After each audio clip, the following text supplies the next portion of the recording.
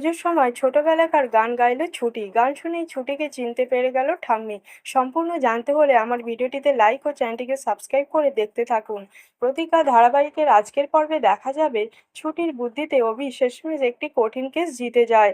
ছুটি এক বৃদ্ধার সহায়তায় অপরাধীর একটি মাটির মূর্তি তৈরি করে, যার ফলে আদালত কক্ষে অপরাধীকে চেনা সম্ভব হয়। অভি ছুটির এই কৃতিত্বের প্রশংসা করে এবং বুঝতে পারে যে ছুটি একজন খুব ভালো আইনজীবী হতে পারবে।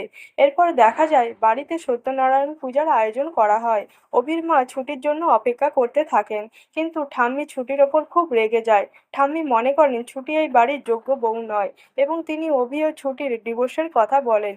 অন্যদিকে ঈশা ও ঝুমকি মিলে ষড়যন্ত্র করে যাতে ছুটি সময় মতো বাড়ি ফিরতে না পারে।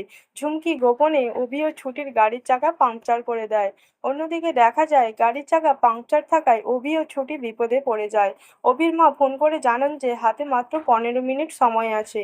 কোনো উপায় না দেখে তারা হেঁটেই বাড়ির দিকে রওনা হয়। এদিকে বাড়িতে ঠাম্মি ঘোষণা করে যে ছুটির বদলে ঝুমকি পুজোয় বসবে। ঠিক তখনই শঙ্খ বাজাতে বাজাতে ছুটি সেখানে উপস্থিত হয়।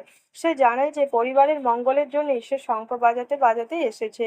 এরপর দেখা যায় পূজার শেষে ছুটি একটি ভক্তিগীতি গাইতে শুরু করে। এই গানটি শুনে ঠাম্মি ও অভি দুজনেই ভীষণ চমকে যান, কারণ ছোটবেলায় পরিণামের মেয়েটি ঠাম্মির কাছে এই গানটি গাইতো। ঠাম্মি অবাক হয়ে জিজ্ঞাসা করেন যে ছুটি এই গানটি কোথায় শিখলো। ছুটি উত্তর দেয় যে সে এই গানটি কারো কাছ থেকে শেখেনি, এটি নিজে থেকেই তার ভেতর থেকে আসে। এর মাধ্যমে ইঙ্গিত পাওয়া যায় যে ছুটি হয়তো আসলে সেই হারিয়ে যাওয়া পরী। ঝুমকি ও ঠাম্মি ছুটির এই প্রতিভা দেখে হতবাক হয়ে যায়। তো বন্ধুরা, ভিডিওটি কেমন লাগলো অবশ্যই কমেন্টে জানাও। ধন্যবাদ।